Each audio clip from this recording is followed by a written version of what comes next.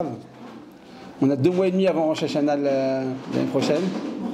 On n'a pas encore fait de tchouva depuis l'année dernière. Donc l'heure est grave. Mais bon, Hashem, il y a de l'espoir. Donc tant qu'il y a de l'espoir, comme disait Rabbi Shalom Tsarfati. C'est qui Rabbi Shalom Tsarfati? C'est qui? C'est qui Rabbi Shalom Tsarfati à Bretagne? Le grand rabbin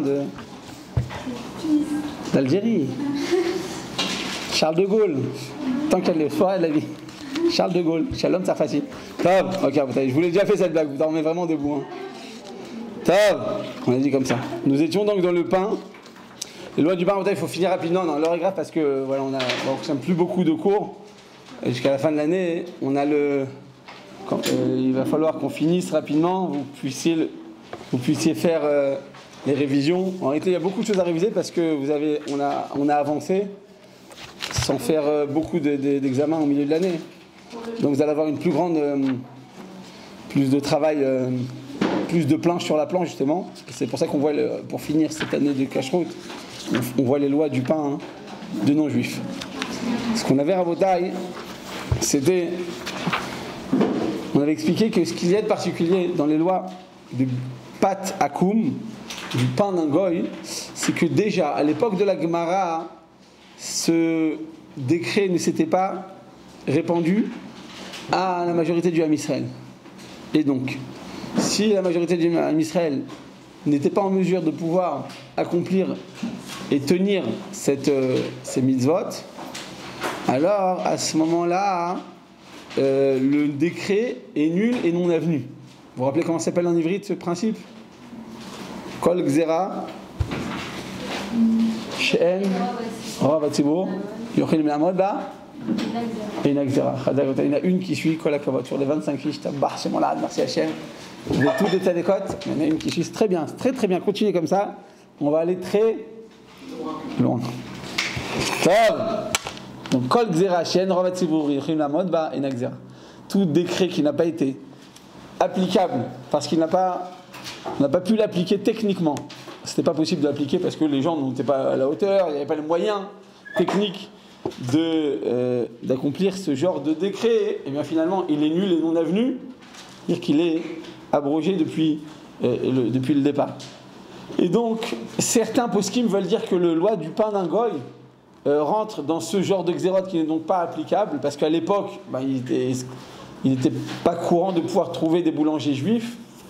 Et quand je dis boulanger juif, on ne dit pas boulanger cachère, parce que c'est certain que c'est pas cachère, tu peux manger nulle part, que ce soit cuit par un juif ou par un goy. Donc je dis boulanger juif, donc à l'époque déjà c'était pas courant. Mais d'autres possibles me disent non, écoute, c'est pas vrai. Même à l'époque du Talmud, oui, on a réussi à l'accomplir. Donc on se doit de continuer à accomplir jusqu'à aujourd'hui. Cette marloquette que je suis en train de vous dire, c'est marloquette Maran et Rama. Le Shulchan Aruch, Rabbi Yosef Karo, que vous avez vu la semaine dernière, et le Rama, Rabbi Moshe Serlich, que vous n'avez pas vu parce qu'il est enterré en Russie, en Pologne. Et donc, en Pologne, en Russie, enfin, mais en tout cas, ouais, c'était à Cracovie. Ouais. Donc, en tout cas, à Botaï, eh bien, la marloquette, donc c'est pour ça que c'est une marloquette de fond, j'allais dire, c'est une discussion fondamentale. Et finalement, sur le terrain, donc ça fait une marloquette entre poskim Sfarad et Ashkenaz, entre l'approche donc pour les Sfaradim, qui sont donc plus marméri dans ces halachot et dans la grande majorité des lois de kashrut. Pour les Sfaradim, il faut plus les harmir, beaucoup plus, j'allais dire. C'est-à-dire que pour les Ashkenazim, il y a plus lieu de se montrer indulgent. Et donc à Botaï, on avait donc dit que ces halachot là, elles vont se distinguer entre les régions dans lesquelles on a eu l'habitude déjà d'accomplir cette halakha et les régions dans lesquelles on a eu l'habitude de se montrer plus indulgents. Donc ça veut dire qu'on va distinguer les régions. D'accord ? Il y a des régions dans lesquelles on s'est montré rigoureux, d'autres régions dans lesquelles on ne s'était pas montré rigoureux. Et on avait expliqué donc à Botaï que dans les régions dans lesquelles on permet le pain d'un boulanger non juif, on va même le permettre si il s'agit d'un pain garni. C'est pas un pain garni, un pain qui est recouvert d'œufs. Pourquoi à Botaï on ne va pas interdire l'œuf sur le pain, Yocheved? Jocheved. Elle est où? Yori? Elle est où?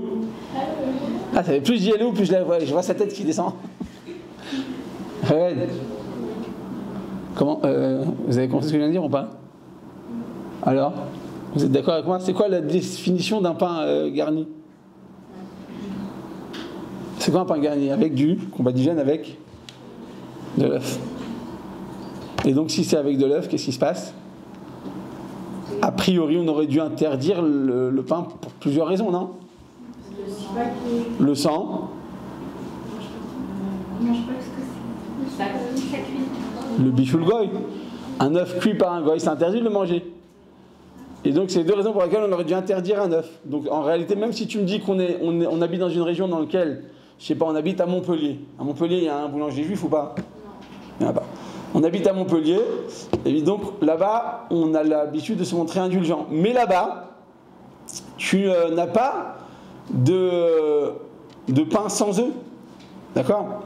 Donc comme tu n'as pas de pain sans œufs, donc a priori, comment tu peux le permettre? Il y a et du sang, en tout cas un chachash, et bishul goy. Donc comment c'est qu'on le permet, Raven? Vous vous rappelez de cette réponse ou pas? D'accord. Lia, elle se rappelle en général. C'est minime. C'est minime. Minime, comment elle s'appelle? Mini. Comment elle s'appelle?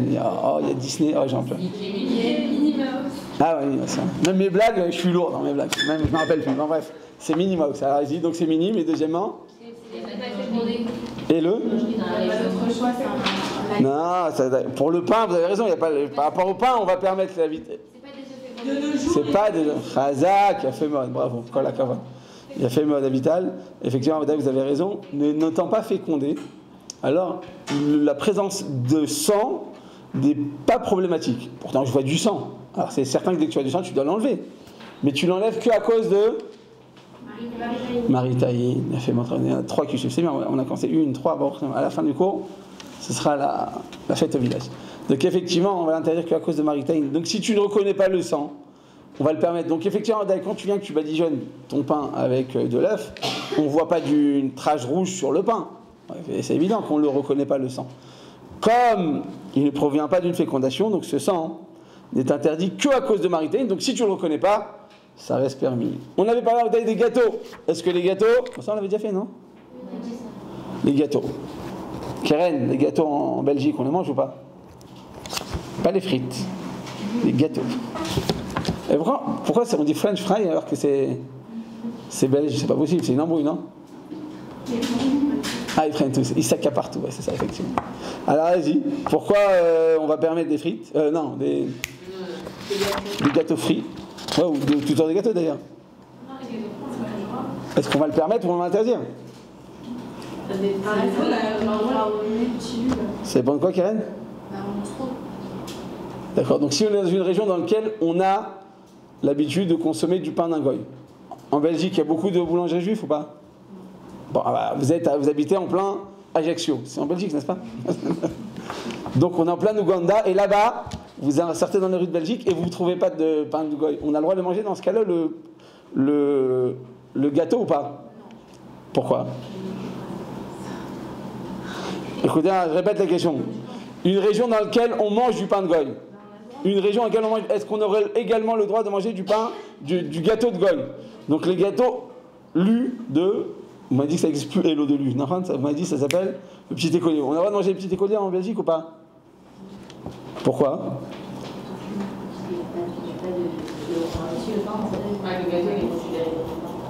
Khazak. Est-ce que le gâteau et le pain ont exactement le même statut? Pourquoi à Rabotai ils ont le même statut? C'est vital. Alors il est vrai à Rabotai qu'à Paris je me suis rendu compte que les gens le matin ils ne mangent pas de pain. Pourquoi? Parce qu'il y a une grande mitzvah qui s'appelle Time is Money. Donc on n'a pas le temps de faire Netilat et Amoti et Birketan. Donc les gens ne mangent pas de pain. Je lui dis, vous êtes fous. Il me dit non, mais on n'a pas le temps. Alors maximum, si c'est des bons juifs, ils vont manger des brioches, du pain brioché. Mais même ça, il y en a qui le font presque de force.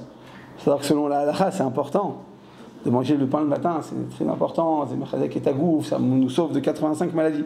Je vous l'ai déjà dit, 4 fois depuis le début de l'année cette halakha, et chaque fois vous regardez entre vous, tu dis, t'as vu, je t'avais dit qu'il fallait manger le pain. Je t'avais dit, hein. Tav, kol panim rabotai. Et la question est de savoir, est-ce que rabotai, on a la permission du pain, va-t-elle s'appliquer sur la permission sur les gâteaux? Alors, comme vous avez dit, le fait de manger un gâteau peut avoir la même propriété que le pain, et donc on peut se montrer indulgent. Il est vrai toutefois que la raison pour laquelle on va permettre le pain, c'est pourquoi? Aïdel, qu'est-ce qu'on avait dit sur le pain? Pourquoi on va permettre? Pourquoi? C'est quoi cette halakha bizarre? Ça fait un peu rabbin, réformiste, ça, non? Bon, on peut pas, on n'a pas la force, c'est trop dur pour nous, on le fait pas. Ça fait pas très réformiste comme truc ou pas? Ils prennent la Torah, ils l'adaptent à leur capacité. Alors comment ça se fait que le pain on va le permettre, Aïdel? D'acheter des huiles. Comment? Ouais, non, peut-être vous avez raison. Je mange des huiles parce que c'est un aliment de base. Voilà, c'est vital. Comme nous dit le passouk, vous vous rappelez le passouk, non? Kilo al alechem levado, yichye adam. Al kol motzapi Hashem. C'est-à-dire qu'on pourrait, physiquement parlant, vivre de pain et d'eau fraîche, comme celle-ci. En réalité, à Bretagne, eh bien, et on aurait le droit de manger du pain parce que c'est vital. Donc c'est comme c'est vital, donc les Chachamim ont été un peu moins, j'allais dire, rigoureux dans leur décret. Par contre, au sujet du gâteau, c'est pas si vital que ça. Donc si c'est pas vital, tu peux t'en passer. C'est pas comme la carte. D'accord? Donc dans la réalité, à Bretagne, qu'est-ce qui se passe? Eh bien, comme tu risques pas ta vie en n'en mangeant pas, on aurait pu s'en montrer plus indulgent. Oui, c'est vrai. Mais malgré tout, en conclusion, les poskim me le permettent parce que, voilà, il a les mêmes propriétés que le pain. Et on avait dit donc qu'il s'agissait plus de pain qui a l'apparence, de gâteau qui a l'apparence du pain. C'est-à-dire quoi? L'apparence du pain, il faut qu'il ait une pâte épaisse. Par contre, les beignets, on avait dit que c'était une marloquette. Vous vous rappelez? Entre qui et qui? Les beignets, c'est entre qui et la marloquette, vous vous rappelez? C'est pas grave, mais ça, c'est C'est qui parle? Nina. Rabbi Shalom et ça, c'était un des gdola poskim de notre génération. Il y avait Shalom et Sas et on va dire. D'accord, donc c'était une marloquette. L'un des deux, il dit on va selon la consistance. Comme c'est pour faire du beignet, tu as une pâte épaisse. Et l'autre, il va considérer qu'on ne va pas selon la consistance de la pâte, mais on va selon la manière de la cuire. Et comme la manière de cuire un beignet et du pain sont totalement différents, l'un c'est dans un bain d'huile et là c'est dans un four. Donc là on se montre indulgent et là non. Donc en conclusion, on remet ça à se montre plus rigoureux effectivement. Ok, vous savez.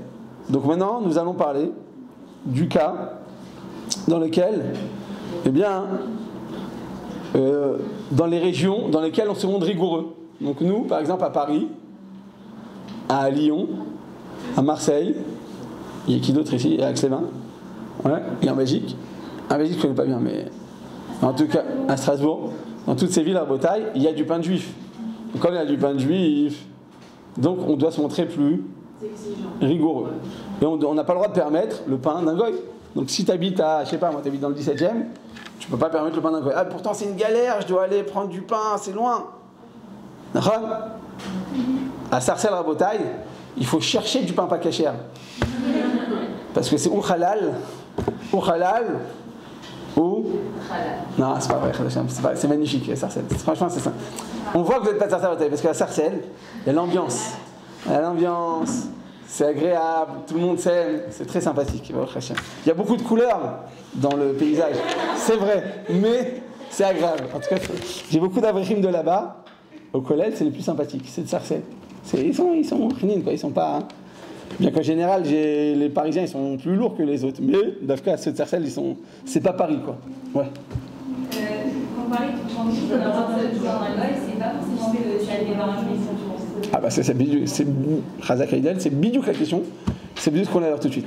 Donc on est en train de parler justement, c'est ce que je suis en train d'introduire, que là on va parler maintenant d'un cas dans lequel, donc, des villes dans lesquelles, donc nos villes dans lesquelles nous on habite tous, enfin vous habitez, enfin vos parents ils habitent, et dans ce cas-là, est-ce qu'on a le droit de manger le pain quand on va manger ce qu'on dit qu'on ne peut pas manger le pain d'un goy, à quel moment ça devient le pain d'un juif? Donc on aurait inventé la question qu'on va voir tout de suite, le paragraphe qu'on va voir immédiatement. Quelles sont les conditions du pâte Israël? Pour qu'un pain soit appelé, soit considéré et porte le titre de pâte Israël, quelle est la condition? Est-ce que c'est comme le bichoul goy? Vous vous rappelez, le bichoul goy, c'était un peu une galère pour le considérer comme une pomme de terre cuite par un juif. Il faut beaucoup de conditions. Enfin, en tout cas, il faut rester assez longtemps. Est-ce que dans le pain à taille, c'est la même chose? Donc un juif qui fasse une action quand même. Ouais, mais quelle action à taille? Alors en réalité, à taille, la différence entre le pâte Israël et le bichoul Israël, elle est énorme. Parce que bichoul Israël, on avait dit qu'il fallait que le juif dépose l'aliment à l'endroit où il va pouvoir atteindre un niveau de cuisson qui soit consommable. Dès qu'il est rendu consommable par le juif, alors le goy après il a le droit d'intervenir et ça reste un aliment cuit par un Israël. Mais par contre, si le juif ne l'a pas posé à un endroit où il devient consommable, alors, et qu'après le goy il a intervenu dans la cuisson de cet aliment, on a dit que l'aliment il est pas caché, tu dois le jeter à la poubelle. Donc, est-ce qu'il en est de même pour le pain? En d'autres termes, on avait parlé de Ma'achal ben Drosai, qui était donc un voleur de grand chemin, non? Un voleur de grand chemin? Oui? Un voleur de grand chemin? Non? De grand carrefour? Non, de carrefour. Bon, en tout cas, cet homme-là, il mangeait des aliments à peine cuits parce qu'il n'avait jamais le temps et toujours peur de se faire attraper. Et il les mangeait ou bien à la moitié, ou bien à la demi-cuisson, ou bien à la moitié, ou bien au tiers de la cuisson. Et on avait donc dit que c'est seulement Ma'achal ben Drosai qui est considéré comme étant cuit par un juif. Très bien. Est-ce qu'il en est de même pour le pain? Non. Pourquoi à Rabotai c'est différent le pain et les autres aliments? Le pain, il suffit que le juif soit intervenu de manière partielle, qu'il ait fait une action extrêmement banale, qui a très peu d'incidence sur la cuisson de cet aliment pour que ce soit permis. Donc je répète, pour le pain d'un goy, comme on a dit que c'est un aliment vital, les chachamim se sont montrés très indulgents. Ils ont dit, écoute, à partir du moment où le juif il a intervenu d'une manière ou d'une autre, quelle que soit son action, quelle que soit son intervention, on va considérer que ce pain est considéré comme étant pâte Israël. Et donc il deviendra permis. Ok, Rabotai? De quelle action s'agit-il? Donc on a dit, il suffira d'un simple geste. De quelle action s'agit-il, Rabotai? Il suffira ou bien d'allumer le feu, chose qui ne marchait pas pour le bichoul goy, vous vous rappelez? Comme ils font dans les restaurants en France, dans les restaurants super froum, je sais pas. Ils disent c'est bon, le juif il a allumé. Ça marche pas. Pour le Shulchan Aruch, ça marche pas. Alors, pour le pain, ça marchera. Allumer le feu, l'augmenter, le raviver au cas où il a commencé à s'éteindre. Et à ce moment-là, Rabotai, tout le pain qui va être enfourné dans ce four deviendra permis. C'est l'avis du Shulchan Aruch, chapitre 112, paragraphe 9. Si, eh bien, le juif est intervenu d'une manière ou d'une autre, comme je viens de vous dire, donc ou allumé, ou ravivé, ou augmenté, eh bien même le pain d'un particulier deviendra kasher. C'est-à-dire qu'à ce moment-là, même le pain d'une personne qui fait à la maison, son pain, si tu es sûr, une fois de plus en détail, je l'ai dit, je le répète et je ne le répéterai pas assez, que dans le cas tous les ingrédients sont parfaitement kasher, à ce moment-là, si le juif il a allumé le feu, ça restera permis. Oui, Aïdel? Quand on part en vacances ou quoi dans des endroits perdus, ouais. Il n'y a pas, on va pas lui dire pendant 2 semaines, il a allumé le feu. Donc vous voulez dire quoi? On a le droit de manger le pain. Si les ingrédients sont bons. Ah, vous dites, peut-être je vais reformuler votre question. Est-ce que par exemple, une personne qui habite dans un endroit froum, par exemple à Épinay, et là-bas, tout est caché. Et maintenant je vais dans le Nord-Pas-de-Calais. Vous connaissez le Nord-Pas-de-Calais ou pas? Bon. Et là-bas, tu arrives dans ton camp de vacances, il n'y a rien. Est-ce qu'il y a une boulangerie? C'est sûr qu'elle n'est pas allumée par un juif. Est-ce que dans ce cas-là, c'est considéré comme si tu arrivais dans une région dans laquelle on a la coutume de consommer du pain de goy? C'est ça votre question, Idel? Ou c'est... Non, je l'ai poussé, alors on la refait? On coupe? Baruch atah Adonai Eloheinu melech haolam shehakol nihya b'doro.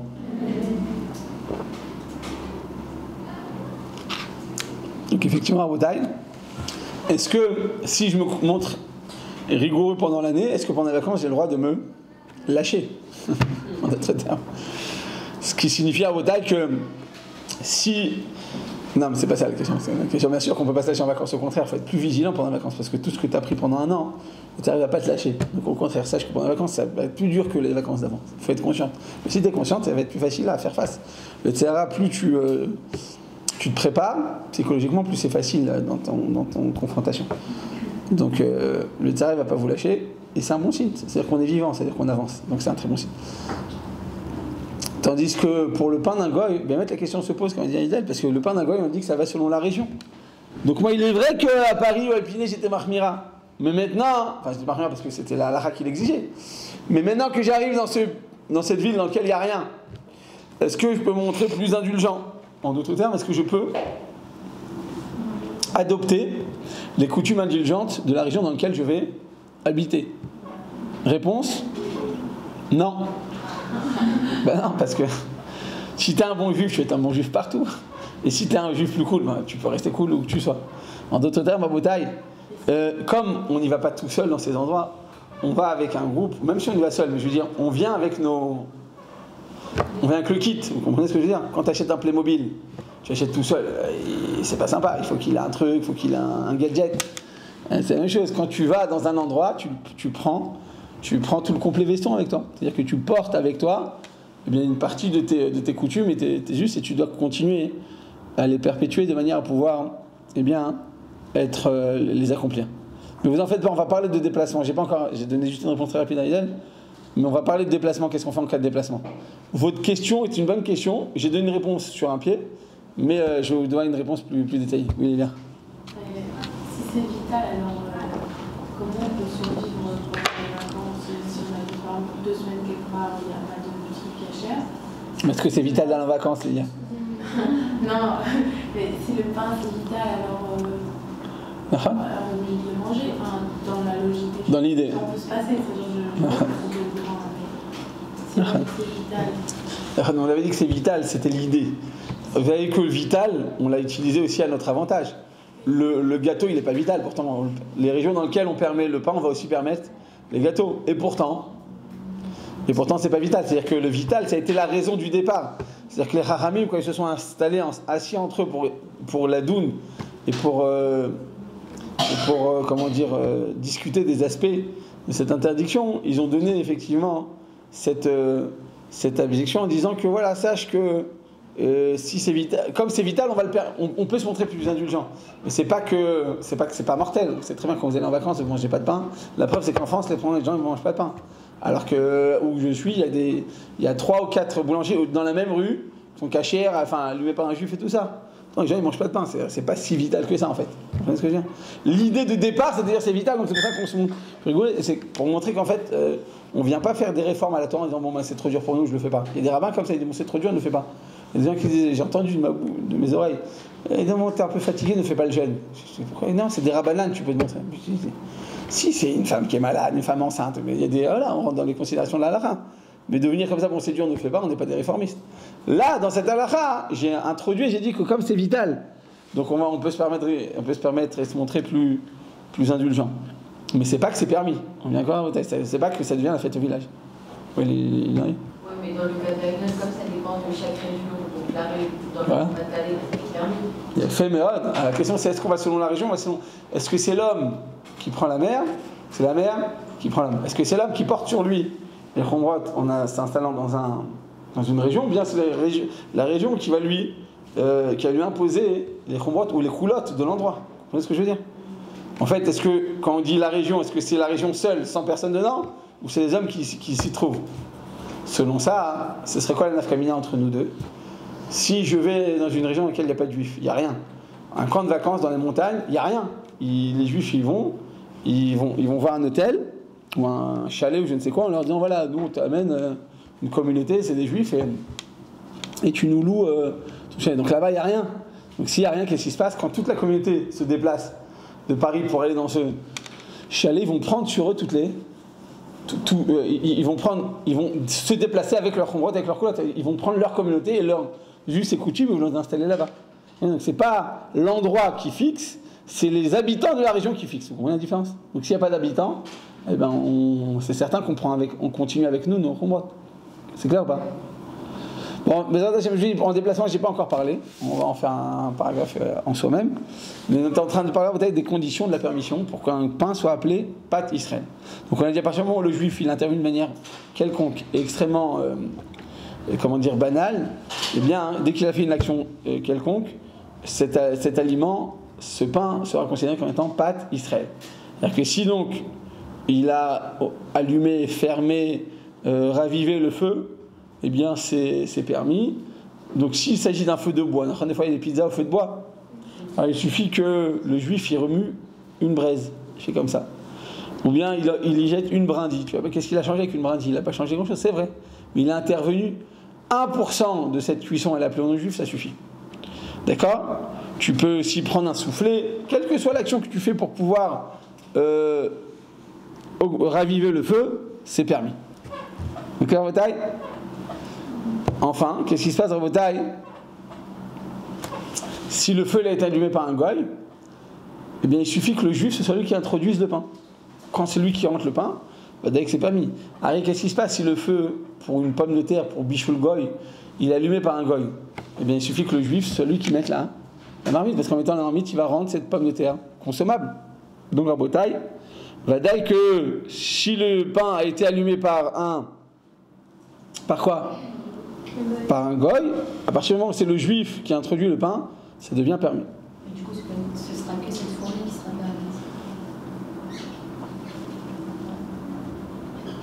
permise. Le pain. Ah, Chazak, bravo, il a fait. Vous avez raison. Non, mais peut-être que non, peut-être, vous savez quoi? Parce qu'en fait, j'ai ouvert le four. Pour pouvoir mettre le pain, qu'est-ce que je fais? Ben, je dois l'ouvrir, le four. Et une fois qu'on l'a ouvert, je l'introduis, après je le ferme. Donc finalement, la cuisson de ce four, dans un four normal, on va dire, quand tu l'ouvres, ça s'éteint, ça se bloque. Après, tu mets le truc et tu refermes. Donc, qui a permis la cuisson des aliments qui vont suivre par la suite? C'est le juif. Donc, il est quand même intervenu, il a quand même augmenté la chaleur de ce four. On est d'accord ou pas? Je sais pas, il fait 250 degrés dans le four. On est d'accord dans ces 250 degrés, même dans 1 heure, dans 2 heures, dans 3 heures. Est-ce qu'il y a 1%, 1 degré de la chaleur qui est due à l'action du juif? Oui. Il a ouvert, il a fermé. Donc, il a arrêté la cuisson, il a continué.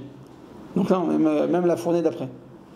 Vous avez compris? Non. Hein? Non, il va refermer après ça, la température va retourner à la... Et alors? Et donc, en refermant. Donc, qui a permis la cuisson d'un aliment?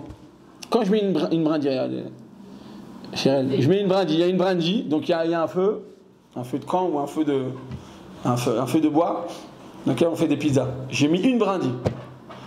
Après, donc qu'est-ce que j'ai fait? J'ai augmenté le feu, on va dire, à X, truc, à peine, hein, c'est un 0,05%.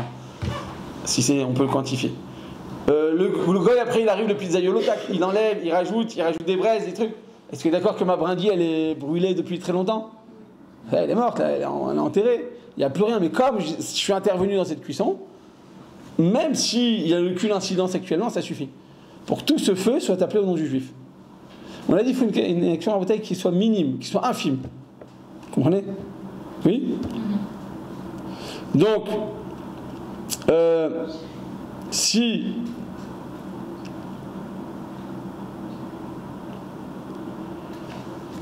pour répondre à la question de Chérel, je continue avec ça, ça répond bien.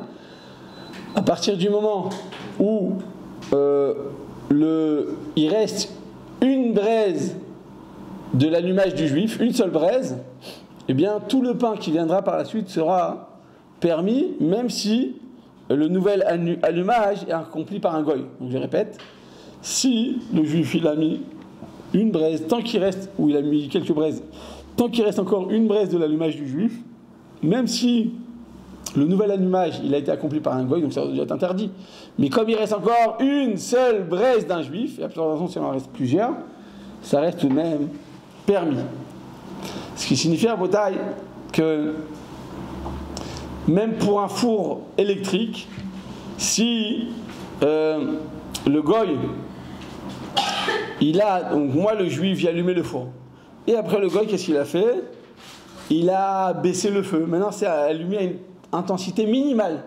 Parce que ce qui se passe en fait dans un restaurant, dans une boulangerie, il y a des horaires, surtout en France. Vous savez qu'en France, entre quelle heure? Entre 2h30 je crois et 6h, t'as pas le droit de restaurant. Vous connaissez ça ou pas? Vous vous rappelez de ça? Parce que moi, quand j'ai un restaurant, à quel moment j'y vais? Enfin, une fois que j'ai fini 3 trucs, donc je vais entre 3 et 4h moins quart et 4h05. Ça, c'est le moment. Mais c'est fermé. J'ai pas fermé, bien, parce qu'on se repose. C'est la France. Il faut se reposer. Parce que c'est vrai qu'en Israël, quand c'est ouvert un restaurant, c'est ouvert de 10h30 jusqu'à minuit, quoi. C'est ratouf. Mais en France, dans vos tailles, c'est pas ratouf, c'est ratouf. Il te ferme le restaurant au nez. En tout cas, pourquoi je vous dis ça? Parce que quand le four, il a été allumé par un juif, même s'il est resté allumé à la température minimale, il restera tout de même permis. Pourquoi? Parce qu'on a dit, dès qu'il reste la marque de l'action du juif, dès que ça reste dans le four, eh bien, tout deviendra permis.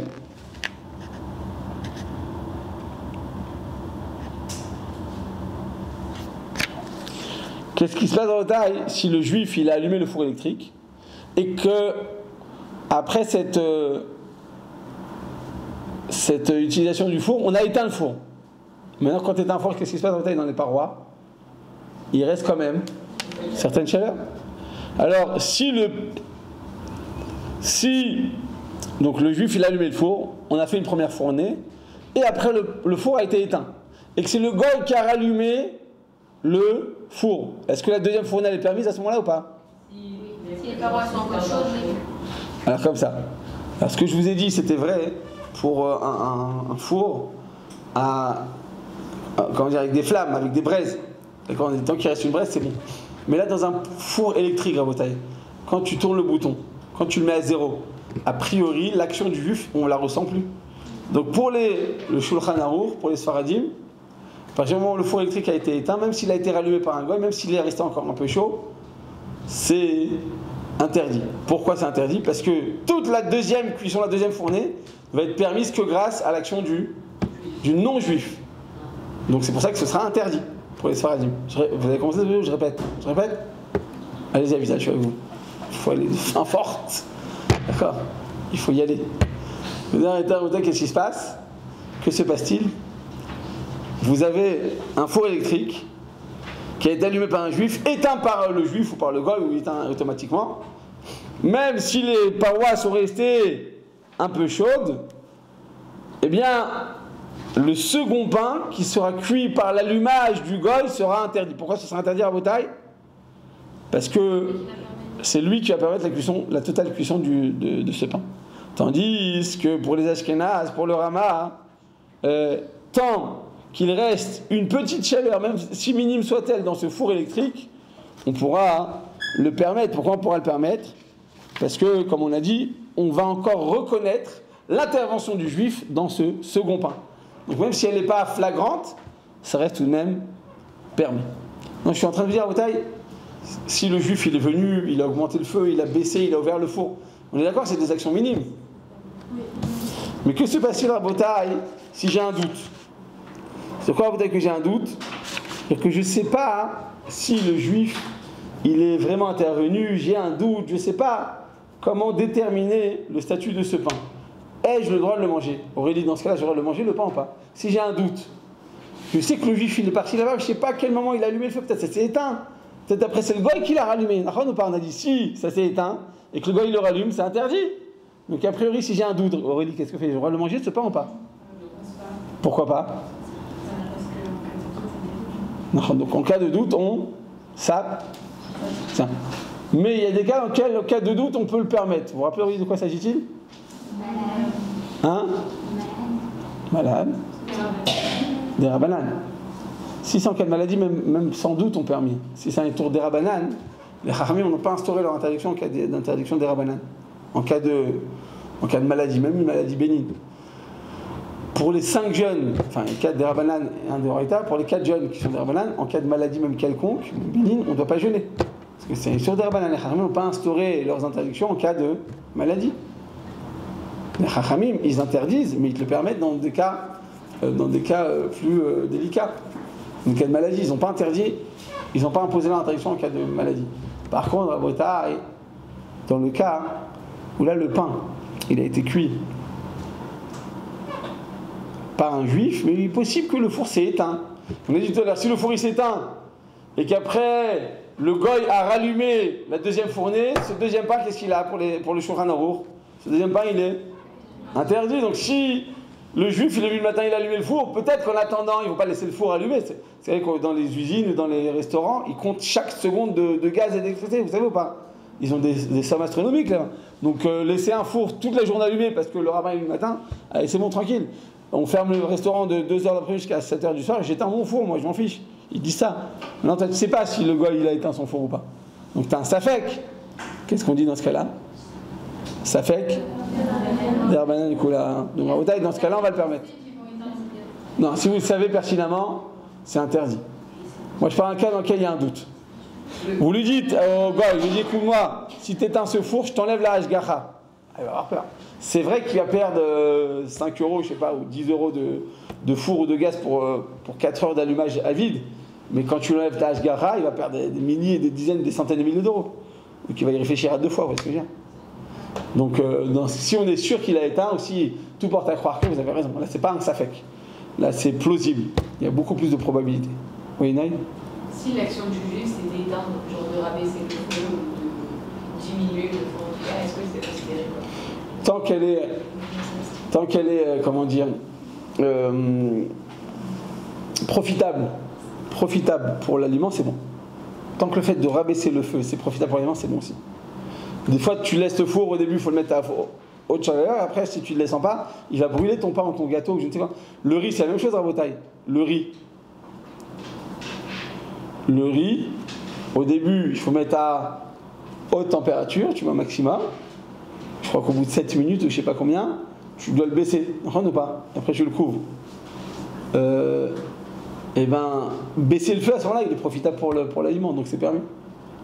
C'est comme ça que je vous la parenthèse. J'ai dit ça il n'y a pas très longtemps à des gens en France, ils étaient choqués. Normalement, pendant Yom Tov, quand tu allumes à partir d'une flamme déjà existante, qu'est-ce que tu peux faire avec le feu?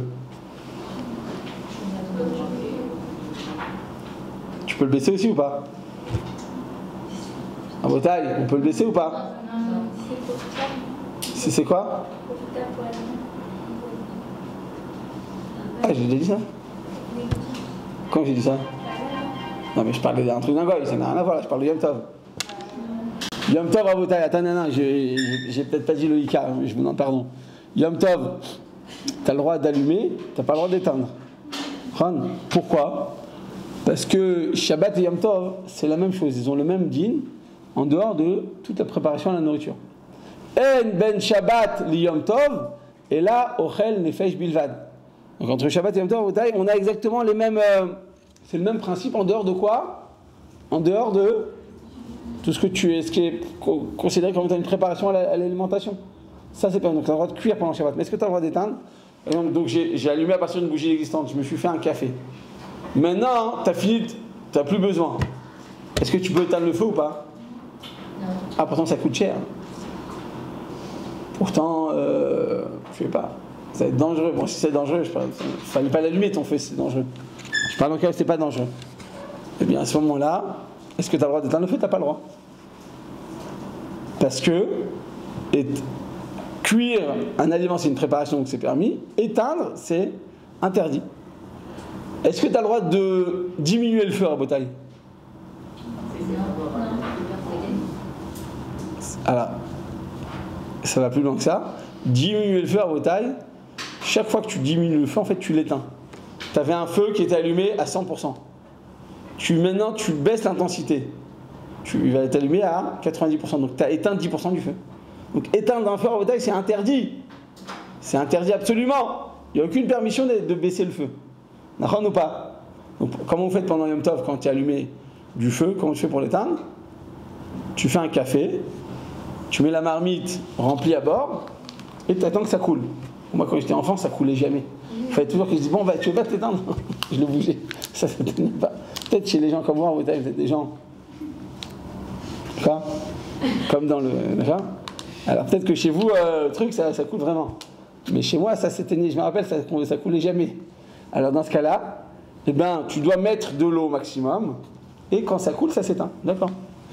Tu fais un gramme qui bouille. Tu entraînes une extinction, ça c'est permis. Mais d'éteindre le feu, tu n'as pas le droit. Et de baisser le feu à Botaï également, tu ne peux pas. Vous savez ça ou pas, Botaï? Là, je vous parle des Chinois. On est d'accord, on peut augmenter le feu, allumer le feu ou l'augmenter et pas le baisser. Vient le Moshe Feinstein et tu dis quoi? Tu dis attention, si tu fais du riz par exemple, tu as le droit. Pourquoi tu as le droit à Botaï? Parce que c'est favorable à la consommation. C'est favorable. Pourquoi c'est favorable? La consommation. Pour la consommation. Vous dites à consommer sans. Non, c'est-à-dire quoi c'est favorable pour la consommation? Expliquez-vous. Parlez un peu plus. Vous parlez tellement pas toute l'année qu'on ne sait pas qu'est-ce que vous pensez. Si je baisse le feu, ça sera, la cuisson sera meilleure. Comme l'histoire du poisson. Comme l'histoire de qui? Du Bishul Goy. Non, mais j'ai expliqué à Jacques qu'il n'y a rien à voir avec Bishul Goy. J'ai ouvert une parenthèse parce que moi j'adore les parenthèses. Et, ouais. Mais ça n'a rien à voir avec le Bishul Goy. Normalement, allumer du feu ou augmenter, tu as le droit. Baisser le feu, tu n'as jamais le droit. Là, c'est une exception, ce qui n'a rien à voir avec Bishul Goy. Dans le cas du feu du riz, eh bien, tu as même le droit de baisser le feu. Nous dire Moshe Feinstein, pourquoi? Parce qu'au début, tu fais du riz à haute température pendant cette première minute, parce que c'est bouillante. Et une fois que tu as atteint ce stade, tu baisses le feu et tu le couvres. Donc si tu baisses pas le feu, tu vas pas enrichir ton riz. Tu peux pas le manger. Donc il dit que c'est considéré comme étant une étape nécessaire. Donc là, c'est pas baisser le feu. Là, c'est préparer l'aliment. C'est pas mieux aussi. Mais dans les autres plats, c'est pas possible de faire ça. On n'a jamais le droit de baisser le feu. C'est une exception à la règle. Seulement dans du riz, ça sera permis. C'est clair, Botaï? Je sais pas, à moins que vous connaissez un autre plat dans lequel tu dois augmenter, après tu dois baisser?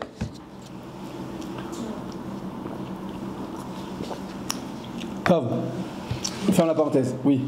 Pour l'histoire du doute, c'est que si c'est une boulangerie juive, ça marche pas. Si c'est une boulangerie pas juive, ils s'en foutent. Ouais, vous avez raison. C'est comme elle a dit effectivement Léna. S'il y a un doute, il faut qu'il y ait lieu d'avoir un doute. Mais si tu sais rien, tu dis je sais pas, bon j'ai un doute. Ah, tu fais l'autruche. J'ai un doute, je sais pas ce qu'ils ont fait. C'est des Arabes, c'est des trucs, c'est des goïms. Non mais j'ai un doute, on sait jamais. Peut-être un juif qui est venu, il veut allumer le feu. Non mais d'où il va venir le juif si on n'est pas, comment dire, préparé pour cela, ça ne viendra pas comme ça, effectivement. Je sais que le juif il allume et que entre dans je sais pas. Voilà, ça s'appelle un doute. Mais il s'en fiche, le gars il a pas de Hagara.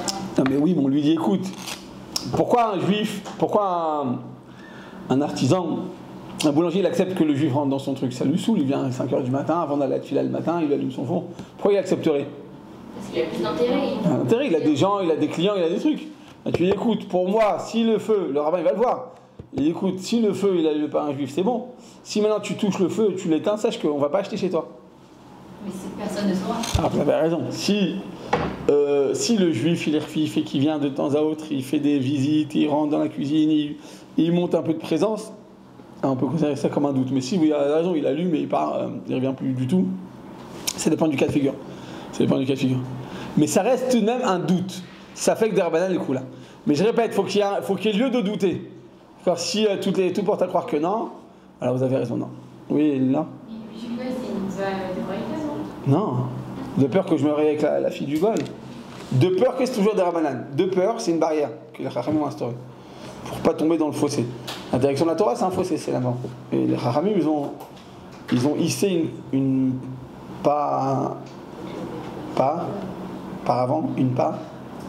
palissade pour ne pas tomber dans le fossé, dans le danger. Et donc, on n'a pas le droit d'entraver et de passer outre à ces xéra des chachamim. Donc, si on a un doute à Botaï, on pourra le permettre, mais vous avez raison, on devra demander un rav, Fraïnchelat Racham, pour savoir, effectivement, est-ce que c'est considéré comme un doute ou pas. On ne peut pas dire, moi c'est bon, c'est avec des rabbanan. D'accord, il y a des gens, j'ai vu ça, ceux à qui on enseigne, c'est à la route là, qui connaissent rien, ils prennent, je sais pas, un aliment, ils regardent la composition, ils disent, bah, c'est bon, maximum c'est des rabbanan, c'est bon, c'est avec des rabbanan, bah, ils mangent l'aliment, le carambar. Ah, ça existe encore, carambar, non? Oui. Non. Qui a dit c'est caché? Le rêvette, franchement. Depuis le début de l'année, vous. Franchement. Quoi? Non, quoi de caché? Le vrai, vous parlez ou le truc de rabbin là? Le carambar au cachère, il est vendu. Mais non, mais il faut des productions cachères. Mais carambar, le jaune et le rosa au moins. Non, il va y avoir ça, c'est bazooka ça. Vous suivez pas le dernier. Non, vous êtes sûr de vous dire? Kacher, vous êtes sûr? Non, parce que Kacher, il y a un rabbin aussi en Italie qui avait donné un truc Kacher sur des trucs, il est surtout en prison, quoi. Donc faites attention, il faut que ce soit un rabbin, quoi. Un rabbin. Vous avez mis dans les cachères? Moi, ça veut rien dire. Non, mais moi, je pense que dans il y avait le tampon. C'était dangereux. Vous êtes sûr, Botaï? Est-ce que c'était très bon? Parce que si c'est très bon, des fois on est aveuglé. D'accord, c'est sûr c'est cachère. Alors, je vous donne un grand clair, Botaï, pour savoir si c'est cachère ou pas. Plus c'est cachère, moins c'est.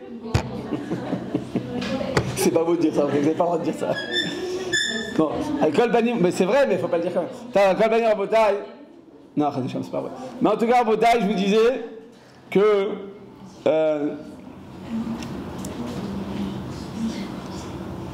Quand on a un doute, donc ça fait que des rabbanan les kula, donc on peut se montrer indulgent. Écoutez, cette kula du Rama, cette mesure d'indulgence qui est mentionnée par le Rama, il dit comme ça.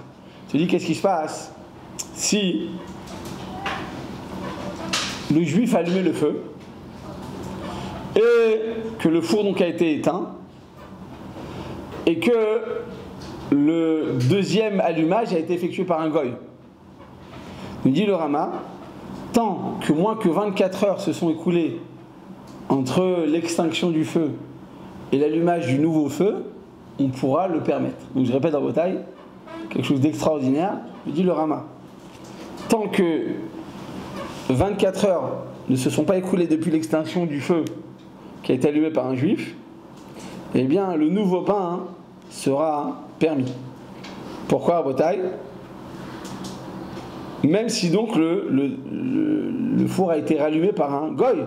Malgré tout, nous dit le Rama, chapitre 112, paragraphe 10, ce sera permis. Pourquoi? C'est quoi ce truc de 24 heures? Parce que le Rama il considère que dans les 24 heures, il y a quand même une chaleur quelconque, minime, qui reste dans les parois du four. Alors voilà, électrique, tu vas dire, mais non, quand tu éteins ton four, tu l'allumes, mets-le à 500 degrés, fais une pyrolyse. Éteins-le, attends 1 heure.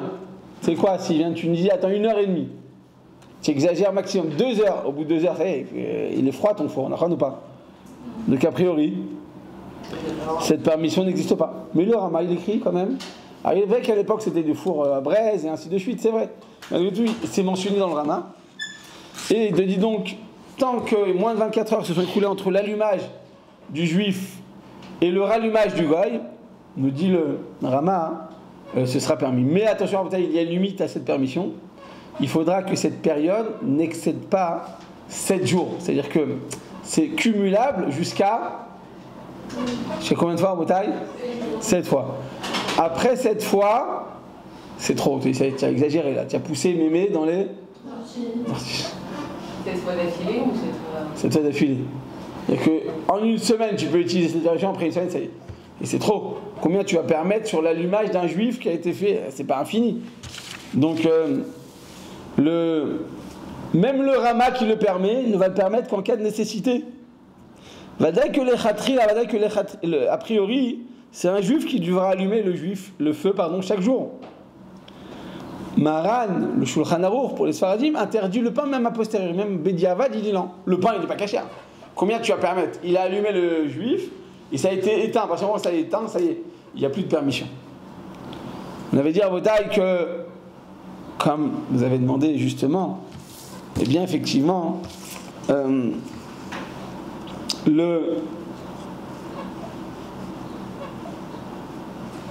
Chazal nous dit qu'en réalité à Botaï, eh bien, cette permission, elle n'est pas dans tous les cas de figure. Et il y a quand même une limite à cela. Et si effectivement on est dans des fours anciens avec les braises, bon bah là effectivement, on pourra le permettre, mais dans les fours électriques à Botaï, c'est un peu poussé trop loin. Donc on ne va pas se montrer indulgent, même pour les Ashkénazes, en cas de four électrique. Qu'est-ce qui se passe à Botaï si le four électrique il marche grâce à une minuterie électrique et que la minuterie a été programmée par un juif? Est-ce que le pain est permis ou pas? Nous dit le Rav Minchat Yitzhak, le Rav Yitzhak Weiss, qui était le Ganav Bedin de Hadar Haridit, et nous dit le Shevet Alevi, le Rav Wozner, et nous dit le Rav Israël Fischer dans les Van Israël. Tout cela, ils disent que, eh bien, si ça a été programmé par une minuterie, qui a été allumée par un juif, c'est bon, c'est permis. Donc, c'est un peu ce qui se passe à notre époque.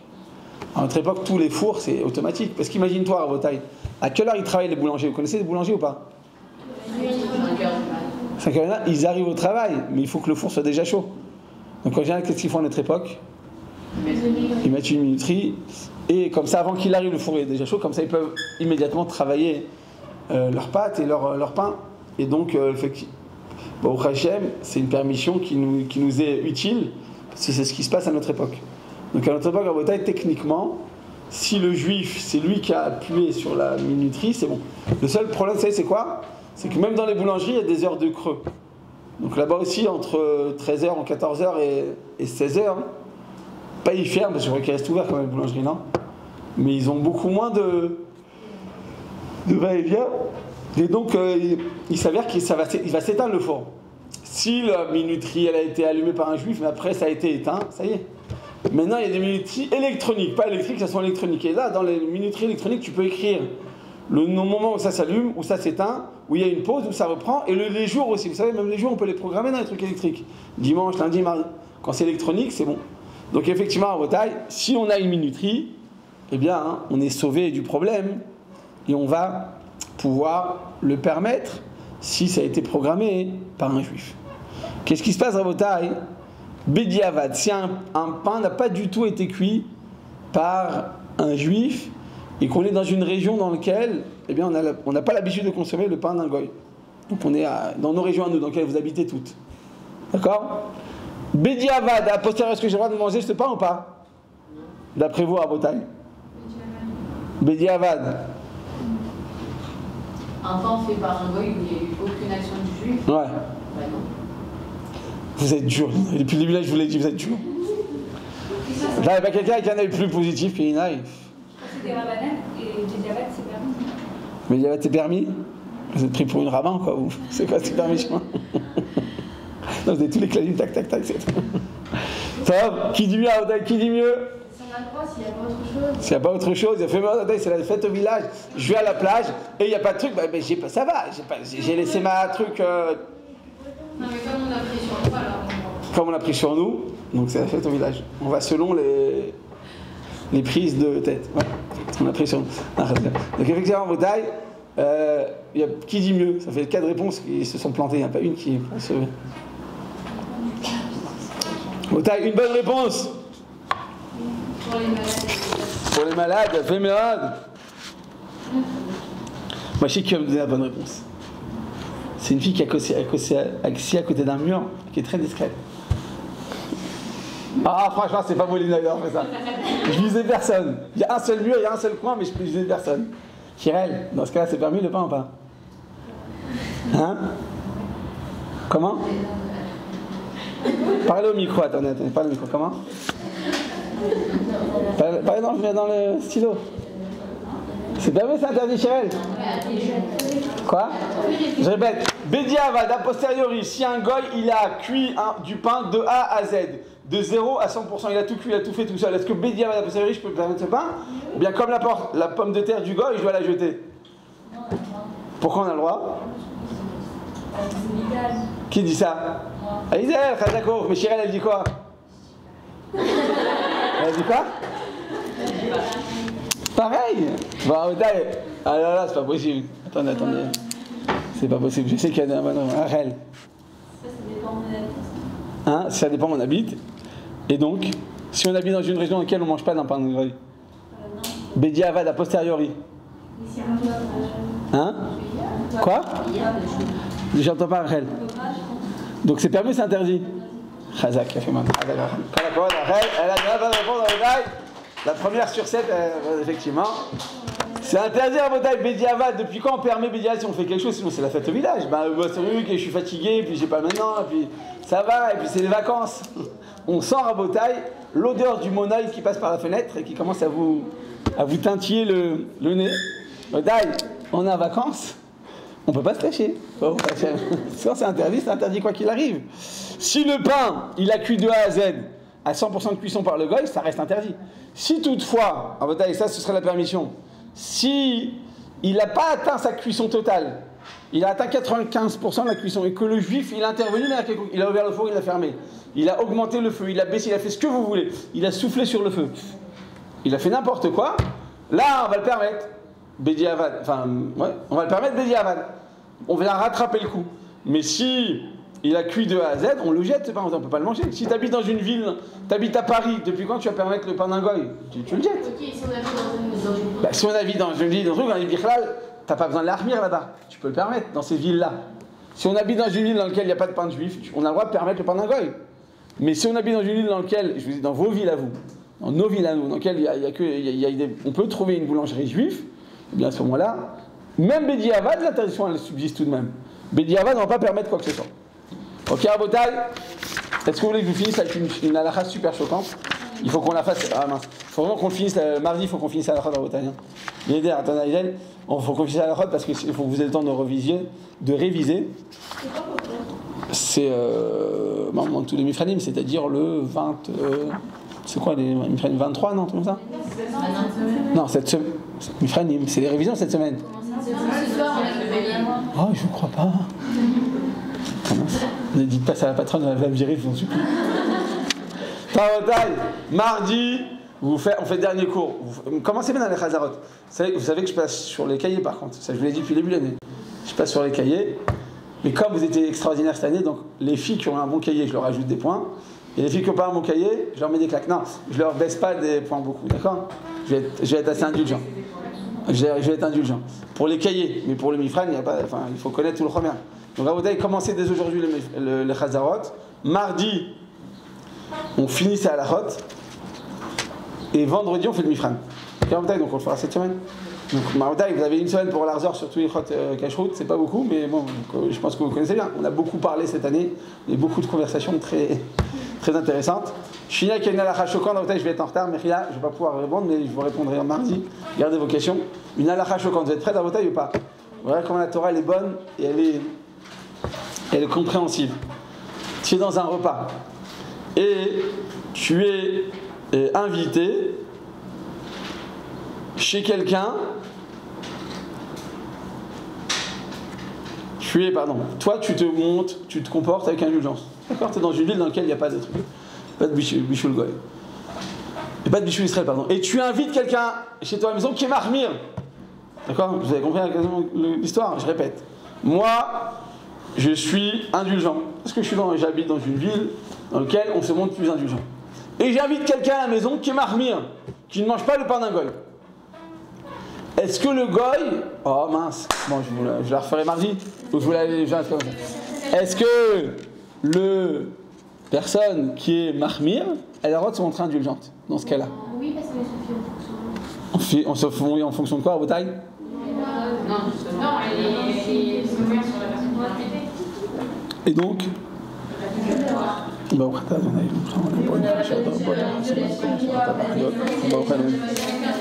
quoi, oui ou non? Alors j'ai le droit ou j'ai pas le droit? On n'a pas le droit? Normalement, selon tous les principes qu'on a appris, on n'a jamais le droit de faire ce genre de choses. C'est pas parce que tu es invité chez quelqu'un que tu peux te plier à ses coulottes, quoi. C'est-à-dire, il fait quelque chose, ben, toi tu le fais pas. Tu peux pas rabaisser ton niveau de religion parce que tu es invité chez quelqu'un. Alors, regardez quand la Torah, elle rentre dans la psychologie humaine, elle te dit, sache que dans ce cas-là, pour le pain d'un goy, comme c'est au des Rabbanan, eh bien, si toi t'es Mahmira, quand tu vas chez quelqu'un, tu peux te montrer plus indulgente et tu peux, et tu dois faire la bracha du moti sur quoi? Sur le pain du goy, si c'est un plus beau pain. Si le pain est plus beau, plus agréable, mieux présenté, plus de meilleure qualité, je crois que les pains des goyim, ils sont au haut niveau, non? Non? Par rapport au pain d'Israël, au pain des Juifs en Israël, en France. Oui, c'est moins beau le baguette que le challah. Faut parler vendredi, mais en semaine, on va pas manger une challah. Une baguette française, en fait, je crois qu'ils ont tout un truc, c'est un art, ils ont des concours tout chaque année. Nous, depuis notre grand-père, il n'y a pas de concours, c'est-à-dire, voilà, c'est vrai que c'est une baguette française, ça suffit. Mais alors, on nous dit là, à la rare bataille, que dans ce cas-là, même si moi je suis Mahmir, que j'ai l'habitude de l'armir, dans le cas du pain d'un goy, j'ai le droit de me montrer plus indulgent, mais on va voir pourquoi. Maria Otaï, faites les Chazarot dès aujourd'hui. N'attendez pas, ne perdez pas de temps. Il y a beaucoup de travail et je suis certain que vous allez réussir. Amen, amen.